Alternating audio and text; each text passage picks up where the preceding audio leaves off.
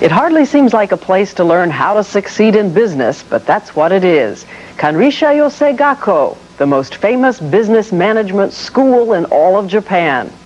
It's where mid-level executives of Japanese companies, small ones and large ones like Nissan and Honda, are sent to be samurai of salesmanship. After all, as the saying goes in Japan, business is a martial art. The companies pay the $2,000 tuition fee, and they take the report card very seriously. Pass the course and you've got a future. Fail, and you've probably seen your last promotion. Got it? Okay, let's go to school. These are corporate commandos, mid-level managers in their 30s and 40s and even 50s. They come to the foot of Mount Fuji to rededicate themselves to their companies and through their companies' profits to Japan. They don't come here voluntarily. They've been ordered here by their bosses for 13 days of self-improvement. Instructor Fujimori. Physically, but it's very tough to break his own conception out. To break his conception of himself. Do you know they call this hell camp? Oh, that's only a name. Actually, this is paradise. If this is paradise, the angels better bring some earplugs. The first thing you notice at hell camp is that everybody shouts. From the diaphragm, the instructors say, like admirals. Only these admirals are about to set sail against U.S. companies like GE and IBM. Day one, all 250 members of the class are called to muster.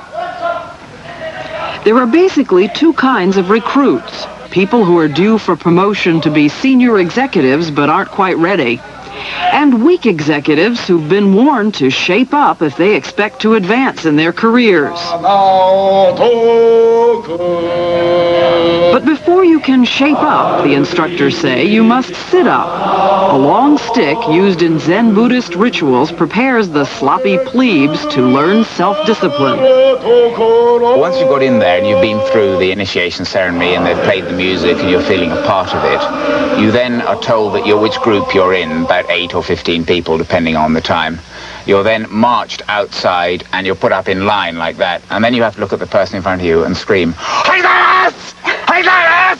Heidelberg!" And that means good morning.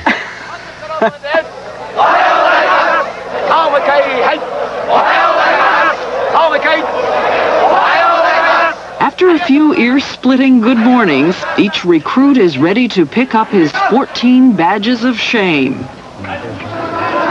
The ribbons force each trainee to wear his inadequacies on his chest. When he conquers a weakness and passes a test, the instructors allow him to take off a ribbon. All ribbons must be gone to graduate. What kind of tests? Memorizing the 10 commandments of aggressive salesmanship. Clear pronunciation. There are telephone tests designed to make you commanding and quick when you sell by phone.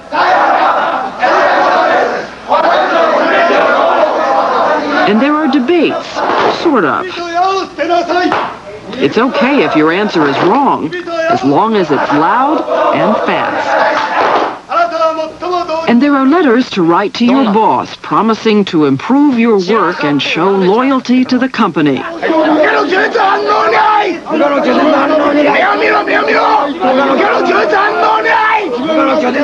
Above all, you must be assertive, especially when proclaiming your limitations.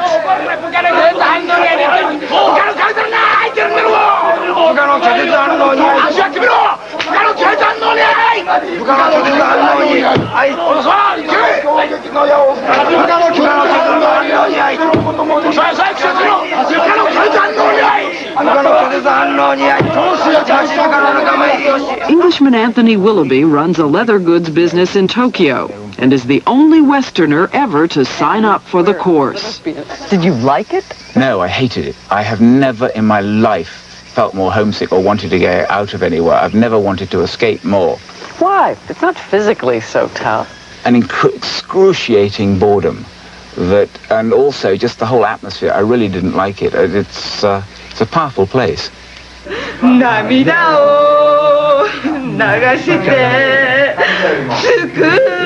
So powerful that few trainees will ever forget the school song.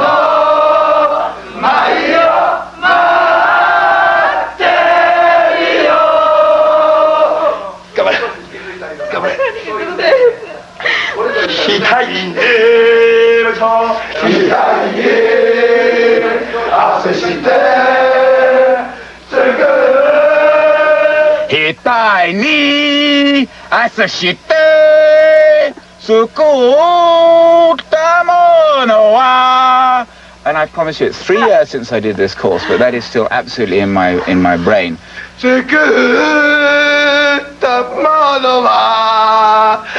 It's called the Sales Crow Song for loyal birds of business. Everybody has to learn to sing it from the heart. What you make with the sweat of your brow, they sing, you must sell with the sweat of your brow. What you make with tears, you must sell with tears. Don't be discouraged, Sales Crow. Look bravely down the street. Encourage yourself, Sales Crow, and fight like a warrior.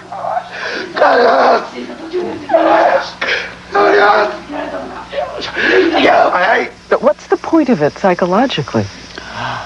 I think Japanese people, again, have seldom got out themselves and shouted. Because you never shout.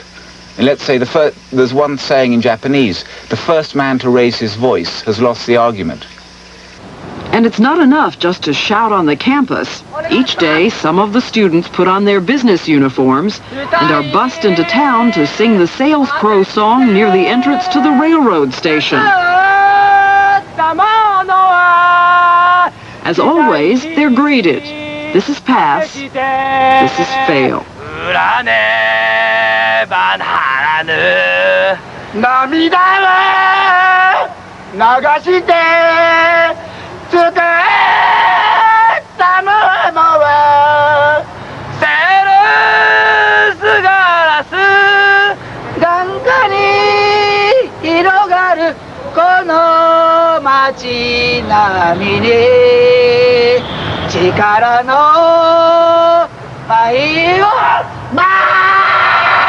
The instructors say this is all designed to give the students confidence in public speaking. It's less clear what it gives the people passing by.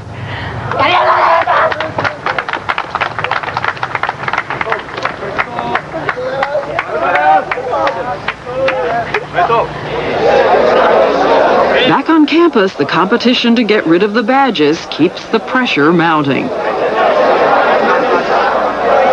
And already, by today, day 5, with the toughest 8 days still ahead, one person has run away in the middle of the night without a trace, 2 people have been treated for injuries, and only 91 ribbons of shame have been removed, which leaves 3,143 ribbons of shame to go. No wonder at Hell Camp, you even have to learn how to laugh.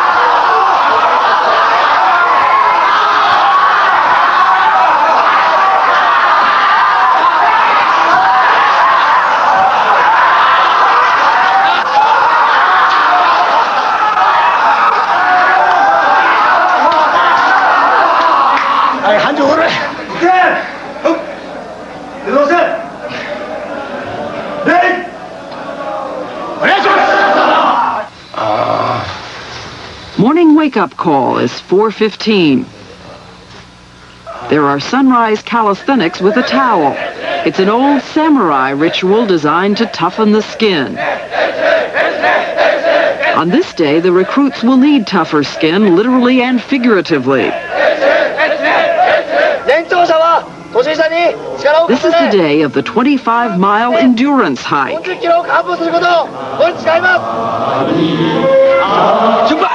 They are sent out in squads. They have maps, though the maps are deliberately misleading, and knapsacks with some rice, fish, and water.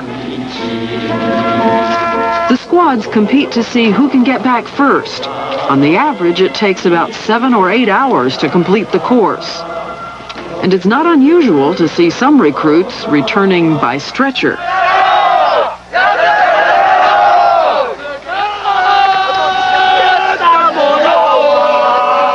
It's the day before graduation. An instructor coaches a weak student who is about to get his last chance to pass the test on the Sales Crow song. One more time, he faces the judge.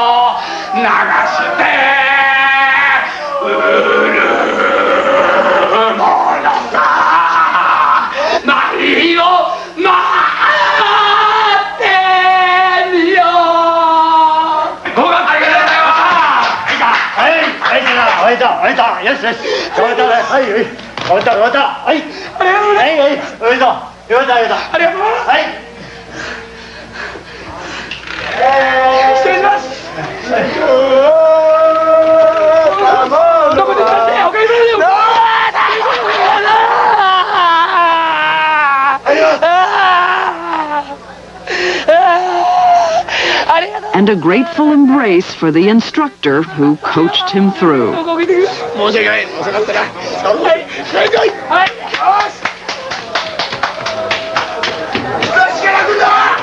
Graduation is I must say, very moving. I find it moving. I felt a fraud there because I hadn't actually passed all the tests, of course. But to actually see the people coming together, those who have passed and those who have still failed, and half of the people had failed, and those who actually did pass certainly had an immense sense of satisfaction, pride in what they'd done, and were ready to snap back into the system which has built this country.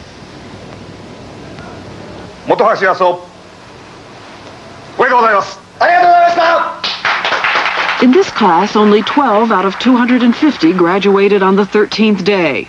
Those who failed got 3 more days to keep trying.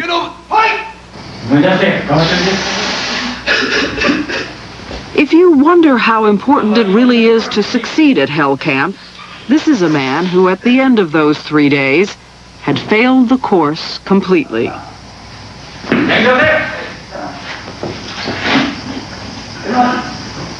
His future as a manager is probably finished.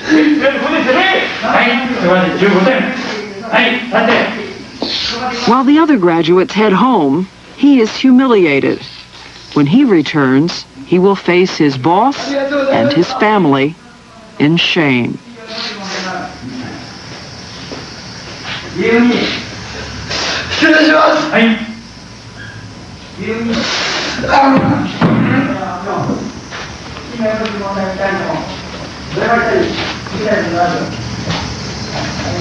I think you can see the single-mindedness and strength of this country that I think is inspiring to anybody else in the world who wants to call themselves a capitalist or who wants to call themselves a businessman. Japan leads the world at the moment, and people have got to come and look and see why.